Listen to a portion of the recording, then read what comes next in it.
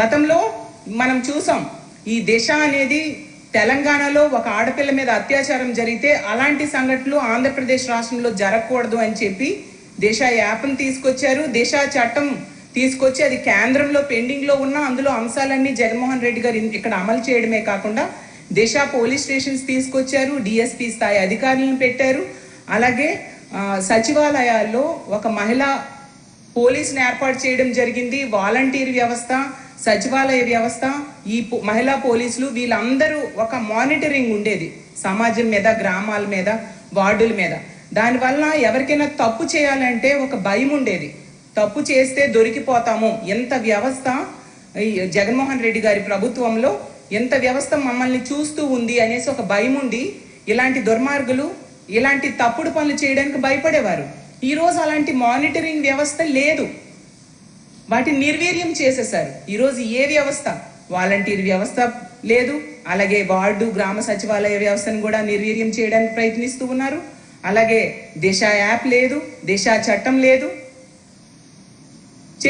దానివల్ల ఈరోజు ఈ కూటమి ప్రభుత్వం అధికారంలోకి వచ్చిన దగ్గర నుంచి కూడా చూస్తూ ఉన్నాము. రోజుకొక హత్య జరుగుతుంది ఆడపిల్లల మీద, రోజుకొక అత్యాచారం జరుగుతూ ఉంది, దాడులు జరుగుతూ ఉన్నాయి, మహిళలకు రక్షణ లేని పరిస్థితి. హోమ్ మినిస్టర్ గారేమో ఈ కూటమి ప్రభుత్వం అధికారంలోకి వచ్చిన వెంటనే చెప్తారు, కూటమి ప్రభుత్వం అధికారంలోకి వచ్చింది, ఆడపిల్లలందరూ ధైర్యంగా నిద్రపోవచ్చు, ప్రశాంతంగా నిద్రపోవచ్చు అని. చూస్తే ఎక్కడ నిద్రపోతూ ఉన్నారు? హోమ్ మినిస్టర్ గారి సొంత నియోజకవర్గంలో నిద్రపోవట్లేదు, పక్క నియోజకవర్గంలో నిద్రపోవట్లేదు, సొంత జిల్లాలో నిద్రపోవట్లేదు. రాష్ట్రంలో ఏ ఆడపిల్ల కూడా ఈ కూటమి ప్రభుత్వం అధికారంలోకి వచ్చాక ప్రశాంతంగా నిద్రపోని పరిస్థితి. జగనన్న ఆ రోజు మహిళల రక్షణ కోసం బహుముఖ వ్యవస్థ, పటిష్టమైన వ్యవస్థను ఏర్పాటు చేశారు. ఈరోజు ఏది అలాంటి వ్యవస్థ?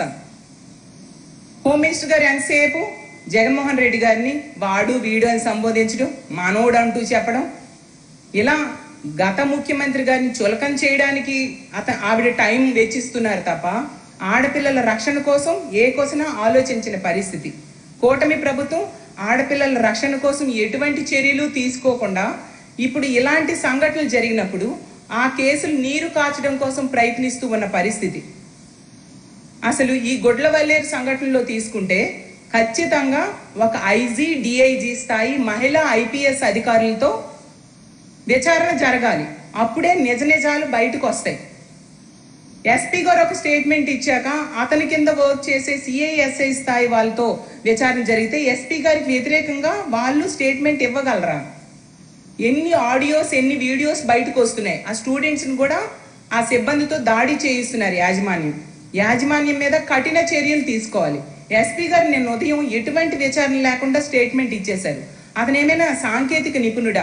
ఇలాంటి సైబర్ క్రైమ్ని జరగకుండా చూడడానికి, జరిగిందో లేదో తెలుసుకోవడానికి అతనేం టెక్నికల్ పర్సన్ కాదు కదా. అసలు ఈ హిడెన్ కెమెరాస్ అనేవి నిజంగా వైర్లెస్తో పనిచేస్తూ ఉన్నాయి. ఈరోజు అడాప్టర్స్లో పెట్టేస్తున్నారు, బల్బుల్లో పెట్టేస్తున్నారు, షవర్స్లో పెట్టేస్తున్నారు, బట్టలు పెట్టుకునే హ్యాంగర్స్కి పెట్టేస్తూ ఉన్నారు. ఇన్ని రకాలుగా ఉన్నాయి. ఒక వైఫై కనెక్ట్ చేస్తే ఆ వీడియోలన్నీ సమాజం మొత్తం, ప్రపంచం మొత్తం సర్క్యులేట్ అయిపోయేంత టెక్నాలజీ డెవలప్ అయింది.